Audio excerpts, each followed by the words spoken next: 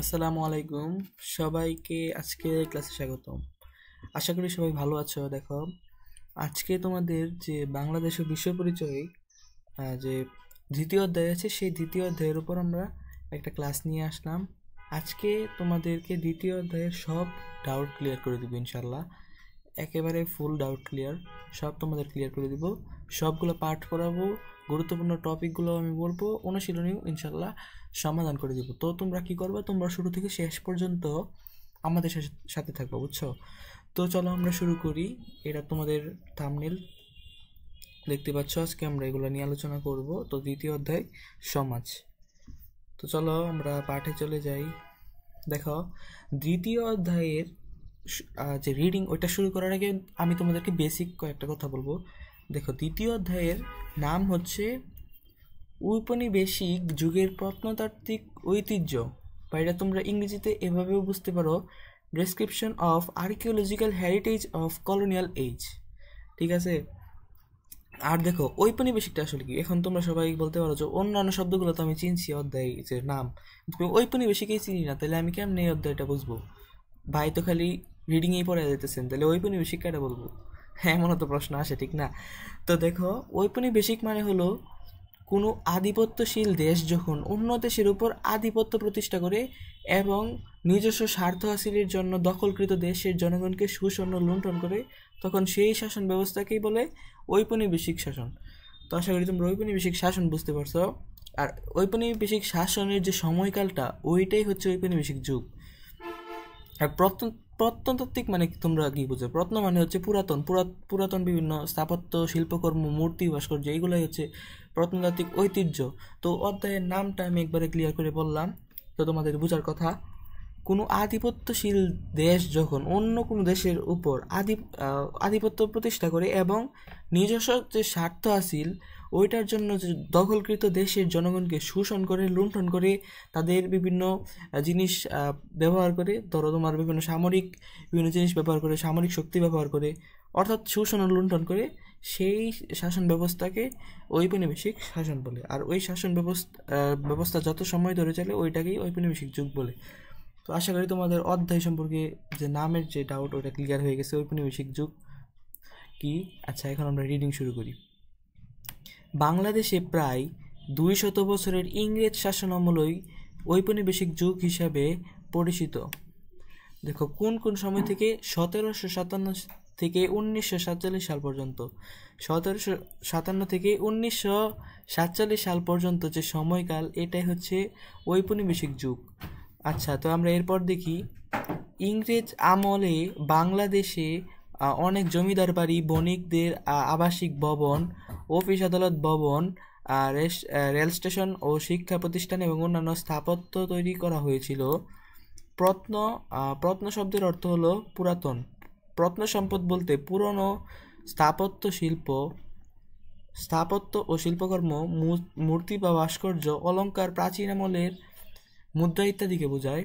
এসব প্রত্ন নিদর্শনের মধ্যে সেই কালের মানুষের সামাজিক ও সাংস্কৃতিক অবস্থা, জীবনযাত্রা, বিশ্বাস, সংস্কার, রুচি বা দৃষ্টিভঙ্গি ইত্যাদি সম্পর্কে ধারণা লাভ করা যায়। তো এখানে মূল আলোচনাটা কি? এখানে মূল আলোচনাটা হলো, আমি তোমাদেরকে একটু আগে বলছিলাম যে ঔপনিবেশিক যুগ নিয়ে বলছিলাম। তো এটার সময়কালটা তোমরা এখানের মধ্যে মনে রাখবা যে 1757 সাল থেকে 1947 সাল, এই যে 200 বছর, এটাই হচ্ছে ইংরেজ শাসন আমল, ঔপনিবেশিক যুগ। আর আর এখানে কি ইম্পর্টেন্ট আছে? আর ইম্পর্টেন্ট হলো তাত্ত্বিক ঐতিহ্য বা প্রত্ন সম্পদ বলতে কি বুঝো? তো এটা হচ্ছে ইম্পর্টেন্ট, এই যে এখান থেকে শুরু হয়েছে। প্রত্ন সম্পদ বলতে পুরানো স্থাপত্য ও শিল্পকর্ম, মূর্তি বা ভাস্কর্য, অলঙ্কার, প্রাচীন আমলের মুদ্রা ইত্যাদিকে বোঝায়। তো এটাই হচ্ছে প্রত্ন সম্পদের সংজ্ঞা। এইটুকু তোমাদের এখানে মনে রাখা বেশি ইম্পর্টেন্ট। এরপর আমরা পরের অংশে যাই। দেখো, পার্ট 1, ঢাকা শহরের প্রত্ন নিদর্শন। এখানে ঢাকা শহরের বিভিন্ন প্রত্ন নিদর্শন সম্পর্কে আলোচনা করা হয়েছে, যেমন ঢাকা শহরের বিভিন্ন মসজিদ, ওই যে অনেক আগে যেগুলো তৈরি করা হয়েছে। তারপরে তোমার পরের পেজে তোমরা পাবা বিভিন্ন গির্জার, আর্মেনিয়ান গির্জার কথা বলা হয়েছে। সেন্ট টমাস অ্যাংলিকান গির্জা এগুলোর কথা বলা হয়েছে, আরও আন্টাগড় ময়দানের ইতিহাস সবই তোমরা পাবা। এগুলো একবার ইজি, তোমরা মনে রাখতে পারলে খুবই সহজ হয়ে যাবে। এরপর দেখো পার্ট 1, ঢাকা শহরের প্রত্ন নিদর্শন। ঔপনিবেশিক যুগে ঢাকার স্থাপত্যকর্মের মধ্যে রয়েছে বেশ কয়েকটি মসজিদ, মন্দির ও গির্জা। ঢাকার মসজিদগুলো মুঘল স্থাপত্য রীতিতে তৈরি। মুঘল স্থাপত্য রীতি হলো একটা রীতি, তোমার এই রীতি অনুযায়ী বিভিন্ন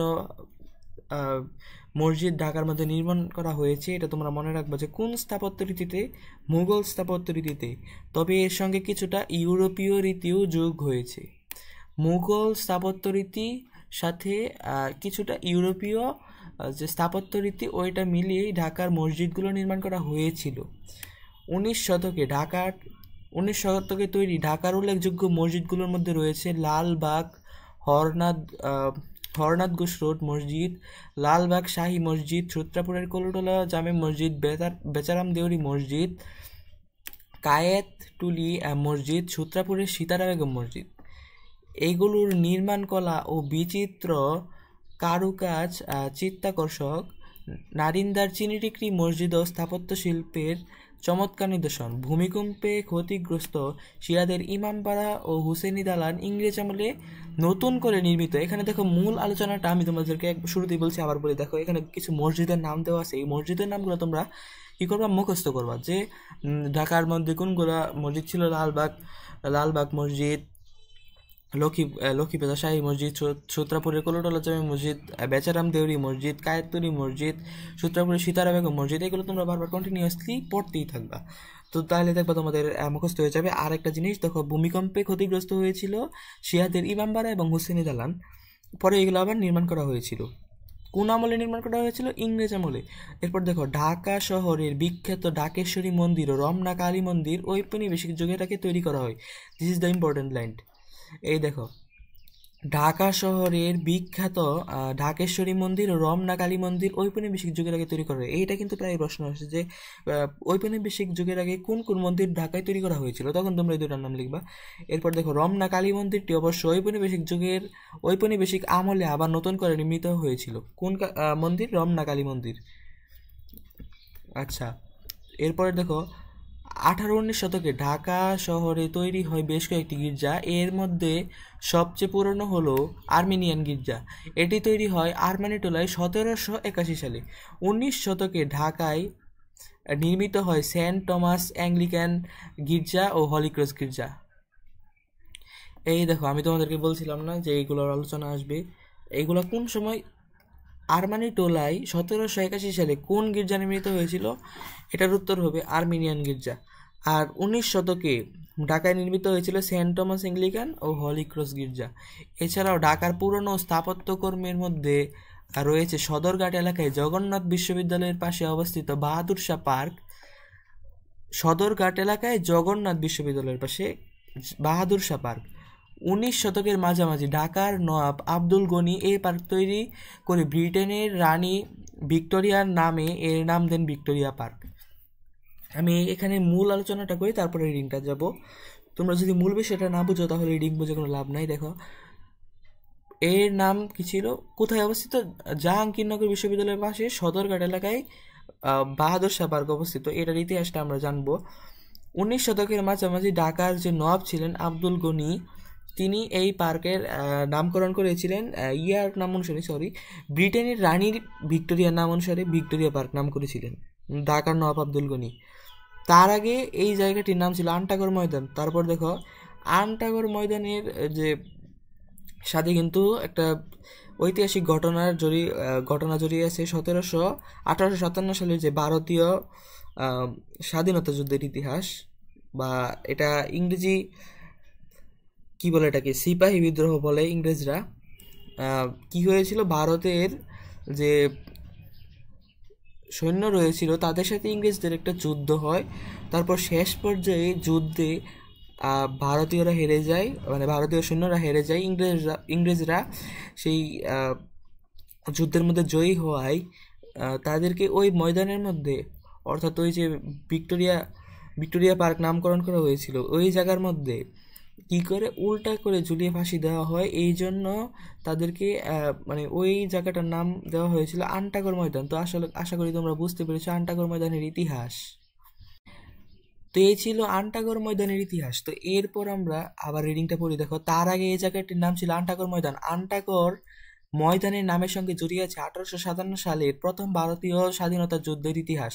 1857 সালে ব্রিটিশ সেনাবাহিনীর এদেশীয় সৈন্যরা ইংরেজদের বিরুদ্ধে বিদ্রোহ করে স্বাধীনতা যুদ্ধ শুরু করেন।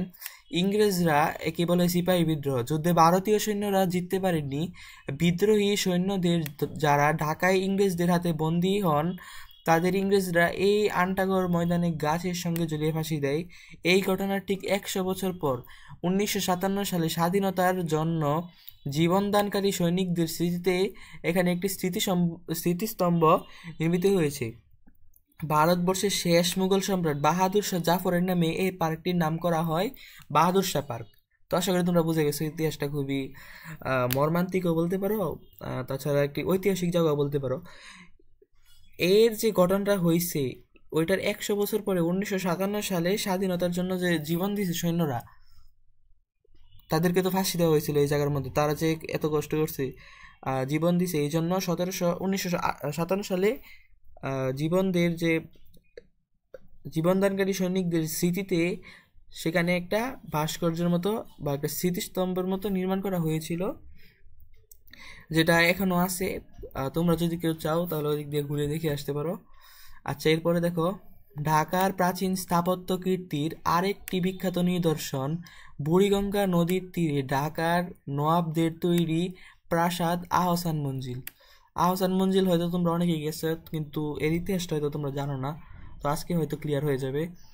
ঢাকার প্রাচীন স্থাপত্য কীর্তির আরেকটি বিখ্যাত নিদর্শন বুড়িগঙ্গা নদীর তীরে ঢাকার নবাবদের তৈরি প্রাসাদ। এটা কিন্তু একটা প্রাসাদ ছিল। এছাড়া জমিদার ও বণিকদের তৈরি পুরনো ঢাকার রূপলাল হাউস এবং রোজ গার্ডেন চমৎকার স্থাপত্যকর্ম। অফিস বাড়ি হিসেবে ঢাকায় যেসব ভবন তৈরি হয়েছিল তার মধ্যে সবচেয়ে সুন্দর হলো কার্জন হল।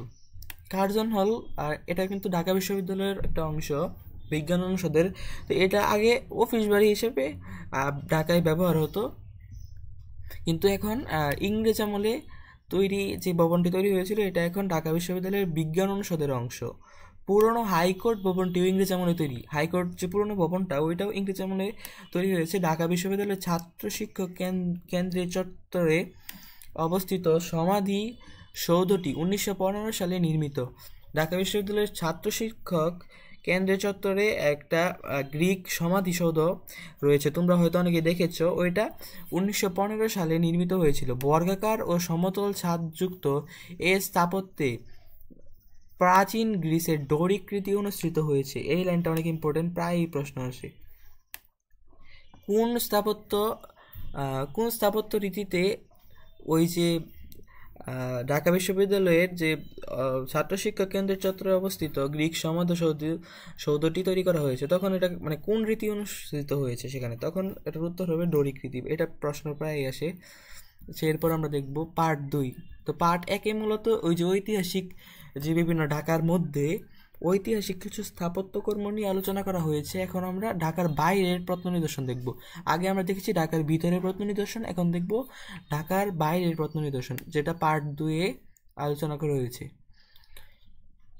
সুলতানি আমলে বাংলার রাজধানী ছিল সোনারগাঁও। পরবর্তীকালে মুঘল যুগে এর গুরুত্ব কমে যায়, কিন্তু তখনও মসলিন শাড়ির উৎপাদন ও ব্যবসা কেন্দ্র হিসেবে এর খ্যাতি ছিল। 19 শতকে ধনী ব্যবসায়ীদের অনেকে বসবাসের জন্য সোনারগাঁওয়ের পানাম এলাকাটি বেছে নেন। তো এখানে দেখো, মূল আলোচনাটা হলো পানাম নগরের কথা বলছে শুরুতে। এখানে আগে মসলিন শাড়ির উৎপাদন হতো, ব্যবসা কেন্দ্র হিসেবে খ্যাতি ছিল। তো বিভিন্ন যে ধনী ব্যবসায়ী তারা এই জায়গাতে তারা বসবাস করার জন্য জায়গাটি বেছে নিয়েছিল। তখন তারা রাস্তার 2 সাইডে সুন্দর কিছু বাসা তৈরি করে তাদের থাকার জন্য, এবং তাদের যে সিকিউরিটি এটার জন্য পরীক্ষাও কিন্তু খনন করা হয়েছিল। তো আস্তে আস্তে সবই পাবা। এরা পানামের মূল সড়কের 2 পাশে সারিবদ্ধভাবে অনেক ঘরবাড়ি নির্মাণ করেন। পানাম নগরে এখনো এরকম পানাম নগরে এখনও এরকম 52টি ইমারত টিকে আছে। চওড়া পথের দুই পাশে ইমারতগুলো সুন্দরভাবে সাজানো। পথের উত্তর পাশে 31টি এবং দক্ষিণ পাশে 21টি ইমারত। তো এই উত্তর আর দক্ষিণ মিলে মোট 52টি ইমারত এখনও টিকে আছে পানাম নগরে। এর মধ্যে কয়েকটি বর্তমানে প্রায় ধ্বংসপ্রাপ্ত। এলাকার নিরাপত্তার জন্য পানামের অধিবাসীরা ইমারতগুলো চারপাশ ঘিরে পরীক্ষা খনন করেছিল। ব্রিটিশ আমলে এই ভবনগুলোতে ইউরোপীয় স্থাপত্য রীতি অনুসরণ করা হয়েছে। তো ইউরোপীয় স্থাপত্য রীতি অনুসরণ করা হয়েছে পানাম নগরের যে বিল্ডিংগুলো করছে ওইগুলোর মধ্যে, তোমরা এটা মনে রাখবা। তবে এদের নির্মাণ কলায় মুঘল স্থাপত্যের প্রভাব আছে। অনেক অট্টালিকা সাজানো হয়েছিল রঙিন মোজাইকে, তো এটাও ইম্পর্টেন্ট। রঙিন মোজাইকে এই অট্টালিকাগুলো সাজানো হয়েছিল। পানামের আশেপাশে আরও কয়েকটি চমৎকার ইমারত এখনও টিকে আছে। এগুলো তৈরি করেছিলেন স্থানীয় জমিদার ও ব্যবসায়ীরা। এগুলোর মধ্যে সর্দার বাড়ি, আনন্দমোহন পোদ্দারের বাড়ি, হাসিময় সেনের বাড়ি উল্লেখযোগ্য। তো এখানে কিছু গুরুত্বপূর্ণ বাড়ি মানে তোমরা বলতে পারো যে এটা বিভিন্ন স্থাপত্য, ঢাকার বাইরে আরও কিছু ইম্পর্টেন্ট স্থাপত্য, এগুলো নিয়ে এখানে কথা বলছে। তো এগুলোর মধ্যে রয়েছে সর্দার বাড়ি, আনন্দমোহন পোদ্দারের বাড়ি, হাসিময় সেনের বাড়ি। তো এইগুলা যে 3-4টা এখানে বিভিন্ন স্থাপত্য রীতির কথা বলছে, দেখো এখানে সর্দার বাড়ির ছবি আছে। এখন এইগুলোর মধ্যে ভিতরে কি কি আছে, কি বিভিন্ন বৈশিষ্ট্য, এগুলো নিয়ে সামনে আলোচনা করবে। তো তোমরা খুবই মনোযোগ সহকারে এগুলো মনে রাখবা। সর্দার বাড়ি বা বড় সর্দার বাড়িতে এখনও স্থাপিত হয়েছে লোকশিল্প জাদুঘর, মানে এখন লোকশিল্প জাদুঘর এখানে স্থাপিত আছে। কোথায়? সর্দার বাড়িতে। এই বাড়ির নির্মাণকাল 1901 সাল। এটি তৈরি হয়েছে দুটি বড় প্রাসাদকে নিয়ে সর্দার বাড়ি তৈরি হয়েছে 1901 সালে। তো একটি করিডোর বা লম্বা বারান্দা দিয়ে প্রাসাদ দুটি একে অপরের সঙ্গে যুক্ত হয়েছে। দোতলায় বাড়িতে রয়েছে 70টি কক্ষ। রঙিন মোজাইকের নানা কারুকাজে শোভিত হয়েছে সর্দার বাড়ি। তো আমি তো তোমাদেরকে আগেই বলছি, দেখো এখানে সর্দার বাড়ির বৈশিষ্ট্য বলবে 70টি কক্ষ আছে, 1901 সালে নির্মাণ করা হয়েছে। লম্বা করিডোর দিয়ে 2টা প্রাসাদ যুক্ত করা হয়েছে। তো রঙিন মোজাইকের কারুকাজ, এইগুলাই হচ্ছে সর্দার বাড়ির বৈশিষ্ট্য। তোমাদেরকে এইগুলো প্রশ্নতে আসলে তখন তোমরা লিখতে পারবা। তো সোনারগাঁয়ের বাইরেও বাংলাদেশের নানা জায়গায় জমিদারদের কিছু সুন্দর প্রাসাদ ও স্থাপত্য নিদর্শন আছে, যার মধ্যে ময়মনসিংহের শশী লজ একটি।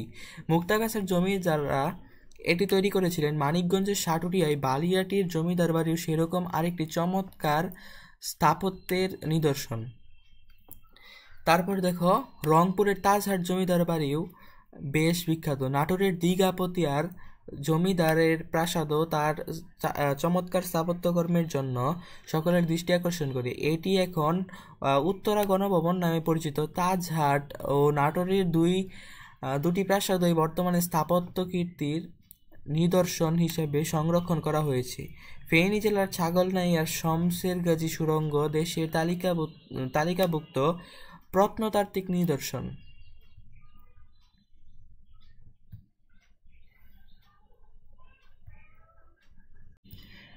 তো এখানে মূলত কথা বলা হয়েছে যে আগে আমরা বলছিলাম যে সোনারগাঁওয়ের ভিতরে এবং সেখানে এলাকার মধ্যে যা কিছু আছে সর্দার বাড়ি, ওইগুলো নিয়ে কথা বলছি, যেটা ছিল ঢাকার বাইরের প্রত্ন নিদর্শন। এখন ঢাকারও বাইরে আসছে, সোনারগাঁও বাইরে আসছে। এখন বাংলাদেশের অন্যান্য কিছু জায়গার যে রাজাদের বা বলতে পারো জমিদারদের প্রাসাদ, স্থাপত্য কীর্তি, এইগুলো নিয়ে কথা বলবে। তো শুরুতে বলছি ময়মনসিংহের শশীল যে আছে, তারপর মুক্তাগাছার জমিদার এটি বানিয়েছিল। তারপরে বলছে যে মানিকগঞ্জের সাটুরিয়ার বালিয়াটির জমিদার বাড়ির যে স্থাপত্য নিদর্শন, এটা নিয়েও কথা বলছে। তারপরে রংপুর এর যে তাজহাট জমিদার বাড়ি, ওইটা নিয়ে কথা বলছে। দীঘাপতিয়ার জমিদারের প্রাসাদ নিয়ে কথা বলছে। আর যেটা এখন উত্তরা গণভবন নামে পরিচিত, কোনটা উত্তরা গণভবন নামে পরিচিত? দীঘাপতিয়ার জমিদার এর যে প্রাসাদ। তারপরে তাজহাট নাটোরের দুটি প্রাসাদ ওই বর্তমানে স্থাপত্য কীর্তি নিদর্শন হিসেবে সংরক্ষণ করা হয়েছে। তাহলে তাজহাট ও নাটোরের দুইটা প্রাসাদ যেটা নিয়ে উপরে আলোচনা করছে, ওই দুইটাই স্থাপত্য কীর্তির নিদর্শন হিসেবে সংরক্ষণ করা হয়েছে। তারপরে আরেকটা প্রত্নতাত্ত্বিক নিদর্শন নিয়ে কথা বলছি, সেটা হলো ফেনী জেলার ছাগলনাইয়ার শমশেরগাজী সুড়ঙ্গ। এখানে হয়তো অনেকে গেছো। ফেনী জেলার ছাগলনাইয়ার শমশেরগাজী সুড়ঙ্গ দেশের তালিকাভুক্ত প্রত্নতাত্ত্বিক নিদর্শন। তোমাদেরকে তারপর একটা কাজও দিয়ে দিছে যে ঢাকার বাইরের কয়েকটি স্থাপত্য কীর্তি উল্লেখ করো। তো তোমরা উপরে তো পড়ছই, এখানে বিভিন্ন স্থাপত্য রীতির কথা বলা আছে, মানে প্রত্নতাত্ত্বিক নিদর্শন। তো এগুলোর বাইরে আরো কিছু বলছে, এগুলোর বাইরে এই যে আমরা মাত্র আলোচনা করলাম, তোমরা এগুলো লিখে দিবা। এরপর আমরা চলে যাব পার্ট 3-এ। আমরা 2টা পার্ট কিন্তু শেষ করলাম, খুবই আনন্দ, দুঃখ, আন্টাগর ময়দানের যে কাহিনী শুনলাম, সব মিলিয়েই আমরা 2টা পার্ট শেষ করলাম। এরপর দেখো পার্ট 3, জাদুঘরের সংরক্ষিত প্রত্ন সম্পদ। বাংলাদেশের পুরাকীর্তিগুলো থেকে পাওয়া অনেক প্রত্ন নিদর্শন জাদুঘরে সংরক্ষণ ও প্রদর্শন করা হয়। তো জাদুঘর তোমরা অনেকে চিনো, যেখানে পুরনো অনেক জিনিস, ইতিহাসের ঐতিহ্যবাহী কিছু জিনিস প্রদর্শন করা হয়। তো মানুষ কি করে সেখানে যায়, এগুলো দেখে, এগুলো সম্পর্কে ধারণা নেই। তারপরে দেখো এখানে জাদুঘরে সংরক্ষিত বিভিন্ন প্রত্ন সম্পদ। আগে আমরা 2টা পার্টে যে প্রত্ন নিদর্শনের কথাগুলো শুনলাম, যে এখানে এইগুলো আছে ভিতরে, মানে কি কি আছে কোথায়, এইগুলো জানছি। এখন আমরা জানবো মূল কথা, আমি এক লাইনে তোমাদেরকে বলতেছি। এখন জানবো ওইগুলোর ভিতরে যে আমরা নাম জানছি, ওই নামগুলার মানে প্রত্ন সম্পদের ভিতরে কি কি ছিল, মানে এখনো কি কি আছে, এইগুলা নিয়ে কথা বলবে। ধরো এই যে কয়েকটা প্রত্ন সম্পদ, এটার ভিতরে তলোয়ার ছিল, বিভিন্ন সোফা ছিল, খাট ছিল, এইগুলা বলবে এখন, যেগুলো এখনো বর্তমানে আছে। তো এটাই হচ্ছে মূল কথা, আমরা সামনের দিকে আগাবো। এসব প্রত্ন সম্পদ দেখে দেশের পুরনো ইতিহাস ঐতিহ্য সম্পর্কে ধারণা লাভ করা যায়। ঢাকায় রয়েছে আমাদের জাতীয় জাদুঘর। এছাড়া নানা প্রত্নস্থলের জাদুঘরেও রয়েছে প্রচুর প্রত্ন সম্পদ। বাংলাদেশ জাতীয় জাদুঘরের গ্যালারিতে সারা দেশের প্রত্ন নিদর্শনের সঙ্গে প্রদর্শন করা হয়েছে বাংলার নবাব, জমিদার ও ইংরেজ শাসনকালের বেশ কিছু প্রত্ন সম্পদ, যেটা আমি তোমাদেরকে মাত্রই বললাম। আমরা এর আগে যা পড়ছি ওইগুলার ভিতরে যে জিনিসগুলো ছিল, এগুলো এখানে সাজাইছে। তো এই সাজানো জিনিসগুলো নিয়ে এখন তোমাদের সাথে কথা বলবি। এর মধ্যে উল্লেখযোগ্য হচ্ছে দিনাজপুরের মহারাজার ব্যবহার করা দ্রব্য ও হাতির দাঁতের কারুকাজ করা শিল্পদ্রব্য। বলদার জমিদার নরেন্দ্র নারায়ণ রায় চৌধুরীর সংগ্রহ থেকে আনা পোশাক, হাতির দাঁতের নানা কারুকাজ করা দ্রব্য ও ঢাল তলোয়ার। এছাড়া এখানে রাখা আছে নাটোরের দিঘাপতিয়ার, যেটা একটু আগে বললাম, জমিদারের ব্যবহার করা দ্রব্য, পোশাক, ঢাল তলোয়ার, সিংহাসন এবং ঢাকার নওয়াবদের ব্যবহার করা কারুকার্য খচিত পোশাক ও জিনিসপত্র। তো দেখো এখানে কি নিয়ে আলোচনা করছে। এখানে একটা নিউ ওয়ার্ড আসছে, বলধার জমিদার বাড়ি। বলধারের যে জমিদার নরেন্দ্র নারায়ণ রায় চৌধুরী, তার পোশাক, হাতির দাঁতের কারুকাজ, এইগুলাও কিন্তু ওইখানে সাজিয়ে রাখছে। তাছাড়া নাটোরের দিঘাপতিয়ার জমিদারের যে বিভিন্ন দ্রব্য, ঢাল তলোয়ার, সিংহাসন, এগুলো ইত্যাদি ইত্যাদি, কাপড় টাপড়, এইগুলো সবই এখানে রাখছে। তো এইগুলো মূলত আলোচনা করছে। এরপরে দেখো আরেকটু আলোচনা করছে, তারপরে অনুশীলনী। এটা শেষ করার পরে আমরা অনুশীলনীতে চলে যাব। দেখো কোনো কোনো আঞ্চলিক জাদুঘর ও সংগ্রহশালায় নানা প্রত্ন নিদর্শন প্রদর্শনের জন্য রাখা হয়েছে। অধিকাংশ সংগ্রহশালায় জমিদারদের পুরনো প্রাসাদে অবস্থিত। জমিদারদের ব্যবহার করা নানা দ্রব্য এবং তাদের সংগ্রহ করা প্রত্ন সম্পদ সেখানে প্রদর্শিত হয়। বর্তমানে আহসান মঞ্জিল একটি জাদুঘর। আহসান মঞ্জিল জাদুঘরে ঢাকার নবাবদের পোশাক, খাট, পালঙ্ক, চেয়ার, সোফা, অলঙ্কার, আলোকচিত্র মানে ফটোগ্রাফি স্থান পেয়েছে। ময়মনসিংহ শহরে জাদুঘর প্রতিষ্ঠিত হয়েছিল 1969 সালে। 1969 সালে ময়মনসিংহে জাদুঘর প্রতিষ্ঠিত হয়। বৃহত্তর ময়মনসিংহের জমিদারদের ব্যবহার করা জিনিসপত্র এখানে স্থান পেয়েছে বেশি। আচ্ছা, ময়মনসিংহ যে জাদুঘর সেটা কত সালে প্রতিষ্ঠা করা হয়েছিল? 1969 সালে। সেটার মধ্যে কি স্থান পেয়েছে? সেটার মধ্যে স্থান পেয়েছে সেখানে সেই সময়ের জমিদারদের ব্যবহার করা জিনিসপত্র। আচ্ছা, মুক্তাগাছার জমিদারদের প্রত্নসম্পদ ময়মনসিংহ জাদুঘরে সংরক্ষণ ও প্রদর্শন করা হয়। এগুলোর মধ্যে উল্লেখযোগ্য হচ্ছে পাথরের ফুলদানি, কম্পাস, ঘড়ি, অলঙ্কার, মৃৎপাত্র, কাপড় বোনার যন্ত্র, লোহার সিন্দুক, খেলার সরঞ্জাম, সরস্বতী ও বিষ্ণু মূর্তি, বাঘ, ড্রাগন, বর্ণসার ও হরিণের মাথা, সোফা সেট ও ইটালিতে তৈরি মূর্তি। তো এগুলো তোমরা মনে রাখবা কোন জায়গার মধ্যে কি কি ছিল। বর্তমানে রংপুরের তাজহাট জমিদারের প্রাসাদ একটি জাদুঘর। এখানে উত্তরবঙ্গের প্রত্ন নিদর্শনের সঙ্গে তাজহাট জমিদারের ব্যবহার করা দ্রব্য সামগ্রী, সংস্কৃত ও আরবি ভাষায় লেখা পাণ্ডুলিপি স্থান পেয়েছে। এরপর কুষ্টিয়ার সর্বশেষ যেটা, কুষ্টিয়ার শিলাইদহে বিশ্বকবি রবীন্দ্রনাথ ঠাকুরের কুঠি বাড়িতে স্থান পেয়েছে রবীন্দ্রনাথের স্মৃতিচরণ, নানা নিদর্শন ও আলোকচিত্র। এটা কিন্তু অনেক ইম্পর্টেন্ট, এটা প্রায় প্রশ্ন আসে। রবীন্দ্রনাথের কুঠি বাড়ি কোথায় অবস্থিত, তখন তোমরা বলবো কুষ্টিয়ার শিলাইদহে। তারপরে এখানে কি কি স্থান পেয়েছে ওইটার ভিতরে নানা নিদর্শন, স্মৃতিচরণ, রবীন্দ্রনাথ ঠাকুরের নানা স্মৃতিচরণ, নিদর্শন ও আলোকচিত্র মানে ফটোগ্রাফি। তাছাড়া এখানে আলোচনা করছে রংপুরের তাজহাট জমিদারের প্রাসাদ ও যে জাদুঘর, ওইটা নিয়ে এটা তোমরা মুখস্থ করবা। তারপরে মুক্তাগাছার যে জমিদার বাড়ি ময়মনসিংহের জাদুঘর, ওইটা মানে যেটা 1969 সালে প্রতিষ্ঠা হয়েছিল, ওইটার মধ্যে কি কি আছে এগুলো তোমরা সব মুখস্থ করবে, তাহলেই হয়ে যাবে। এটা তেমন তোমরা বুঝতে হবে না, তোমরা শুধু নামগুলো মনে রাখবা এবং এগুলো মুখস্থ করবা। তো তোমাদের যে আরেকটি ইম্পর্টেন্ট জিনিস তোমরা বলে রাখো যে অনুশীলনীর সমাধান চাই। তো অনুশীলনী আমি সমাধান করব, তোমাদের এখন আমি উত্তরগুলো বলবো। তো এখন আমরা অনুশীলনী যে আছে ওইটা আমরা সমাধান করব। দেখো প্রথমে কিছু এমসিকিউ দেওয়া আছে। বাংলাদেশে ঔপনিবেশিক যুগ ছিল কোনটা? দেখো ঔপনিবেশিক যুগ আমি শুরুতেই বলেছিলাম 200 বছরের শাসনামল, 1757 থেকে 1947 সাল পর্যন্ত। তাহলে একের হবে ছোট গ উত্তর, 1757 সাল থেকে 1947। তো একের আমাদের আনসার পেয়ে গেছি, ছোট গ হবে। তারপরে দেখো সোনারগাঁয়ের পানাম নগরটি ছিল সুলতানি আমলে বাংলার কেন্দ্রস্থল। তারপরে দেখো ইউরোপীয় স্থাপত্য রীতিতে তৈরি ইমারতের সারিবদ্ধ রূপ, চওড়া পথের ধারে নিরাপত্তার জন্য পরিখা সমৃদ্ধ। তো এইটার উত্তর কি হবে? দেখো সুলতানি আমলে বাংলার কেন্দ্রস্থল ছিল, এটা আমরা শুরুতেই পড়েছিলাম। তারপরে ইউরোপীয় স্থাপত্য রীতিতে তৈরি, এটা ইউরোপীয় স্থাপত্য রীতিতে তৈরি ছিল, এটাও সঠিক। আর আমরা কি বলছিলাম যে নিরাপত্তার জন্য পরীক্ষা গ্রহণ করা হয়েছিল, তো এটাও সঠিক। তো এটার উত্তর হবে বড় গ, 1 2 3 তিনটাই সঠিক। তো এটা আমরা সলভ করলাম, এটার উত্তর হবে বড় গ। তো আমরা এরপরে আরেকটা আসে, দেখো বার্ষিক পরীক্ষা শেষ হলে শিক্ষক আজাদ রহমান শিক্ষার্থীদের নিয়ে শাহবাগে একটি ভবন পরিদর্শনে যান। ভবনটিতে প্রবেশ করে শিক্ষার্থীরা বইয়ে পড়া প্রাচীন নিদর্শনগুলো খুব বাস্তবে দেখে খুবই অভিভূত হয়। আজাদ সাহেব শিক্ষার্থীদের কোন ভবনে নিয়ে যান?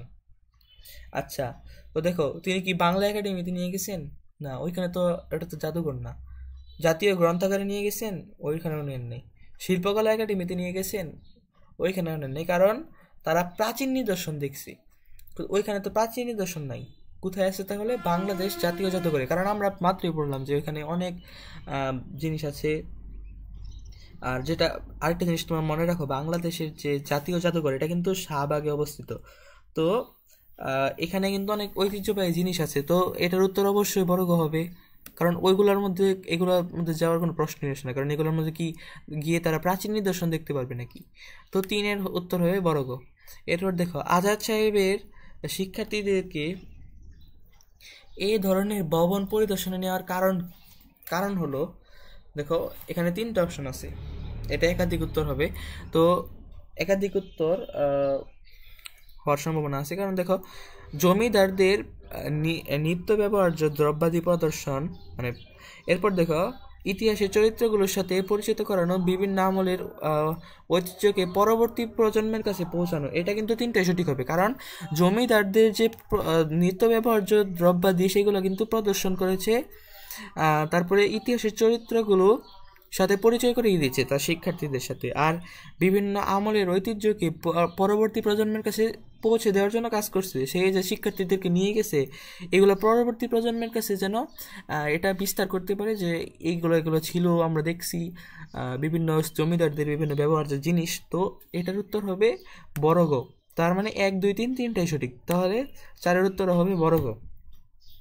এরপর দেখো একটা সৃজনশীল প্রশ্ন দেওয়া আছে। সৃজনশীল প্রশ্ন সমাধান কি করব দেখো, এটা ক খ বলে দিলে মনে হয় ভালো হবে, বাকিগুলো তোমরা লিখতে পারবা। ক কতে কি বলছে, রবীন্দ্রনাথ ঠাকুরের কুঠি বাড়ি কোথায় অবস্থিত? রবীন্দ্রনাথ ঠাকুরের কুঠি বাড়ি আমরা একটু আগে পড়লাম কুষ্টিয়ার শিলাইদহে অবস্থিত। তো একের উত্তর তোমরা পেয়ে গেছো। এটা কুষ্টিয়া শিলাইদহে অবস্থিত। তারপর হচ্ছে প্রত্নতত্ত্ব বলতে কি বোঝো? প্রত্নতত্ত্ব আমি একটু অধ্যায় শুরুতে বলেছিলাম যে এই অধ্যায়ের নাম হলো description of archaeology heritage of colonial age. তাহলে প্রত্নতত্ত্বের ইংরেজি প্রতিশব্দ ওইটা হচ্ছে আর্কিওলজি। তাহলে প্রত্নতত্ত্ব মানে হলো, প্রত্নতত্ত্ব বলতে বস্তুগত নিদর্শনের ভিত্তিতে অতীত পুনর্নির্মাণ করার বিজ্ঞানকে বোঝায়। প্রত্নতত্ত্বের ইংরেজি প্রতিশব্দ আর্কিওলজির অর্থ প্রাচীন দ্রব্য সম্পর্কিত জ্ঞান। প্রত্নতাত্ত্বিকদের মতে অতীত যুগের মানুষের ব্যবহার্য দ্রব্য সামগ্রীর ধ্বংসাবশেষ পরীক্ষা নিরীক্ষার মাধ্যমে সে যুগের মানুষের সমীক্ষা বা অধ্যয়নই হল প্রত্নতত্ত্ব। বাংলায় প্রত্নতত্ত্ব চর্চার সুযোগ হয় 19 শতকের দ্বিতীয় ভাগে। তো প্রত্নতত্ত্ব আশা করি তোমরা বুঝতে পেরেছ। বস্তুগত নিদর্শনের ভিত্তিতে অতীত পুনর্নির্মাণ করার বিজ্ঞান। তো বস্তুগত নিদর্শনের ভিত্তিতে অতীত পুনর্নির্মাণ করার বিজ্ঞান। তুমি বিভিন্ন বস্তু দেখতেছো, এগুলা তারা তোমার কি হচ্ছে অতীত, যে তুমি বুঝতে পারতেছো যে আগে এগুলো ছিল, এরকম মানুষের জীবন ব্যবস্থা ছিল, আগে এরকম হতো, সব তোমরা বুঝতেছো যে অতীত পুনর্নির্মাণের মাধ্যমে তোমাদেরকে কি হচ্ছে ওই বস্তুগত জিনিসগুলো থেকে অতীত পুনর্নির্মাণ হচ্ছে। তো এটাই হচ্ছে প্রত্নতত্ত্ব। আশা করি তোমাদের এইটার মধ্যে আর কোনো সমস্যা থাকবে না প্রত্নতত্ত্ব। আর বাকি যে ছোটো খবর এগুলো তোমরা ইজি লিখতে পারবা অধ্যায় যদি ভালো করে পড়ে থাকো। তো শেষ দেখি, হাই তো তোমাদের অধ্যায় এখানেই শেষ হয়ে গেছে। আমি ভাবছিলাম যে আরও সৃজনশীল হয়তো আছে। তো আজকে তোমরা খুবই ভালো করে জানতে পারলা। এই অধ্যায় একবারে তোমাদের ক্লিয়ার থাকার কথা, খুবই ভালোভাবে আলোচনা করে দিয়েছি। তো এই অধ্যায়ে আমি আশা করছি আর কোনো ঝামেলা থাকবে না। ঔপনিবেশিক যুগের প্রত্নতাত্ত্বিক ঐতিহ্য বা description of archaeological heritage of colonial age, মানে এখানে ঔপনিবেশিক যুগ কি এটা আমরা পড়েছি, তারপরে প্রত্নতত্ত্ব বা প্রত্নতাত্ত্বিক ঐতিহ্য কি ওইটা পড়েছি, তারপরে ঢাকার ভিতরের প্রত্ন নিদর্শন পড়েছি, ঢাকার বাইরের প্রত্ন নিদর্শন পড়েছি, জাদুঘরের মধ্যে যে সংরক্ষিত হয়েছে বিভিন্ন জিনিস, এই ঐতিহ্যবাহী জিনিসগুলো কোন জায়গার মধ্যে কি আছে এইগুলো আমরা পড়েছি। তো তোমাদেরকে বলবো তোমরা ভালো করে এটা মুখস্থ করো, তোমাদের জন্য খুবই উপকার হবে। এই অধ্যায় থেকে প্রশ্ন আসবে। দেখো তোমাদের যখন অর্ধবার্ষিক পরীক্ষা হবে, প্রত্যেক অধ্যায় থেকে কিন্তু সৃজনশীল এমসিকিউ আসবেই। তো তোমাদের এক এক স্কুলের সাজেশন বা সিলেবাস এক এক রকম হতে পারে, কিন্তু হয়তো তোমাদের এই অধ্যায় যদি থাকে, এখন না থাকলে বার্ষিকে হয়তো থাকবে বা এখন থাকার সম্ভাবনা আছে, কিন্তু তোমাদের এই অধ্যায়গুলো পড়তে হবে। তাহলে তোমাদের সৃজনশীল কমন পাবা এবং আশা করা যায় যে তোমাদের একদম 30টা এমসিকিউ থেকে তোমরা 30ই পাবা। তোমরা আমাদের চ্যানেল ক্লাস করতে থাকো। তোমরা যদি কমেন্টে বলো তাহলে নেক্সট অংশে আমরা এমসিকিউ সলভিং ক্লাস নিয়ে আসবো এবং আরও কিছু সৃজনশীল তোমাদেরকে দিব বিভিন্ন গাইড বিভিন্ন জায়গা থেকে। তো ওইটা তোমাদের একবারে ইজি হয়ে যাবে, তোমাদের কষ্ট করে পড়া লাগবে না। তোমরা শুধু ক্লাস ওপেন করবা এবং তোমাদের মাথায় এই তথ্যগুলো রাখবা, তাহলেই হয়ে যাবে। তো আশা করি সবাই তোমরা আজকে এই ক্লাসটি করে উপকৃত হয়েছ। তো সবাই ভালো থাকবা, সুস্থ থাকবা। আসসালামু আলাইকুম ওয়া রাহমাতুল্লাহ।